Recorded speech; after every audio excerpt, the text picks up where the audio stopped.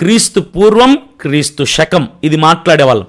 ఇప్పుడు ఎలా మాట్లాడాలంటే ప్రభుత్వాలు కానీ, పోలీస్ డిపార్ట్మెంట్ వాళ్ళు కానీ, మతోన్మాదులు కానీ, క్రైస్తవేతరులు కానీ ఎవరైనా సరే ఎలా మాట్లాడాలి అంటే, ప్రవీణ్ పగిడాల గారి మరణానికి ముందు క్రైస్తవత్వం, ప్రవీణ్ పగిడాల గారి మరణం తర్వాత క్రైస్తవత్వం అని మాట్లాడేలాగా మనలో చైతన్యాన్ని మనం తీసుకొని రావాలి.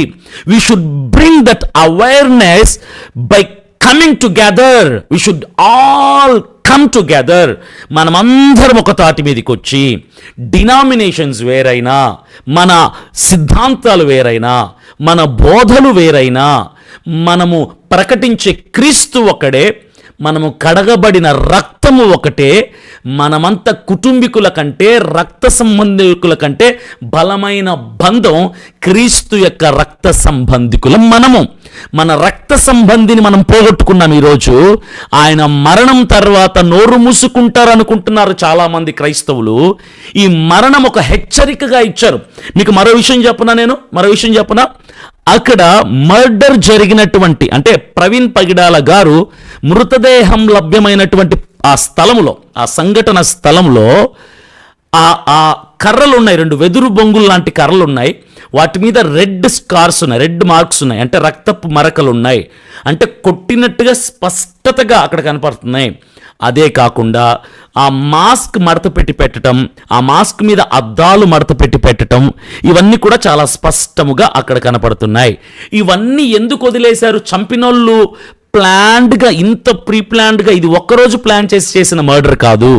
ఇది దాదాపుగా 30-40 డేస్ నుంచి ట్రై చేసి, స్కెచ్ గీసి, పెద్దవాళ్ళ ఆలోచన తీసుకుని చేసినటువంటి మర్డర్లో మంచి ఎక్స్పర్ట్స్ చేత చేయించినటువంటి మర్డర్.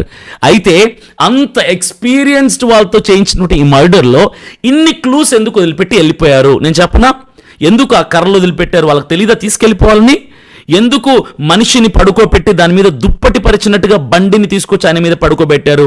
వాళ్ళకు తెలీదా యాక్సిడెంట్ అయితే బండో వైపు మనిషో వైపు పడిపోతాడని? వాళ్ళకి తెలీదా? అంత అమాయకులా?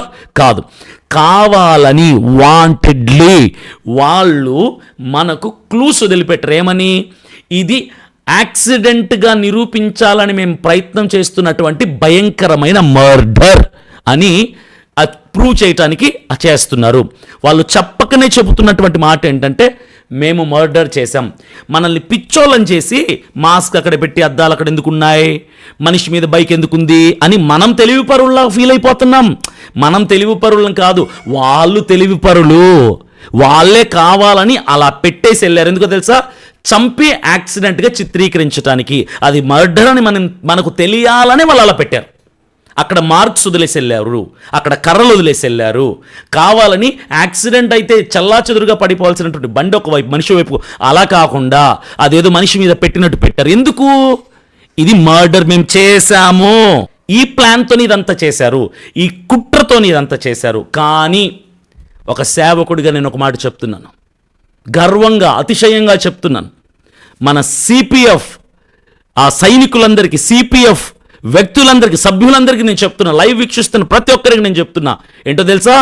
ప్రవీణ్ పగిడాల గారి మరణం క్రైస్తవుల గుండెల్లో వణుకు పుడుతుందనుకున్నారు మతోన్మాదులు. ఈ మర్డర్ వెనక ఉన్నటువంటి పెద్ద హస్తాలు ఆ ప్రవీణ్ పగిడాల గారి మరణం తర్వాత క్రైస్తవుల గుండెల్లో వణుకు కాదు, దమ్ము పుట్టింది, ధైర్యం పుట్టింది. ఆయనలాగా బ్రతకాలి, ఆయనలాగా రోషంగా సువార్త ప్రకటించాలి, ఆయనలాగా దేవుని రాజ్యాన్ని నిర్మించాలి, సువార్తని వెదజల్లాలి.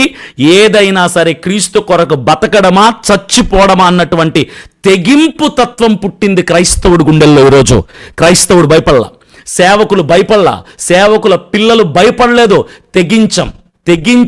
తెగించాం, వెనకడుగు వేయబోయేది లేదు, ముందుకు దూసుకొని వస్తాం, న్యాయ పోరాటం చేయబోతున్నాం. We are going to fight for justice. Murder report కనుక పోస్ట్ మార్టంలో వచ్చిందా, ఆ ముద్దాయిల్ని హత్య చేసిన వారిని శిక్షించే వరకు మేము పోరాడతాం, నిలబడతాం, నెగ్గుకుంటాం, గెలుచుకుంటాం, న్యాయాన్ని గెలిపించుకుంటాం. ఒకవేళ రిపోర్టు మేమనుకున్నట్టుగా తిరగేసి తారుమారు చేసి న్యాయాన్ని తప్పుదో పట్టించి యాక్సిడెంట్ అని రిటర్న్ రిపోర్ట్ ఇచ్చారా, మమ్మల్ని ప్రొటెక్ట్ చేసుకోవటానికి మేము ఏం చేయాలో మేము అది చేస్తాం. చెప్తున్నాను కదా, ప్రవీణ్ పగిడాల గారికి ముందు క్రైస్తవం ఏంటో, ప్రవీణ్ పగిడాల గారి తర్వాత క్రైస్తవత్వం ఏంటో ఆ వ్యత్యాసం మేము చూపించబోతున్నాం యావత్ సమాజానికి. You are going to see the difference before Praveen Pagidala's death, after Praveen Pagidala's death.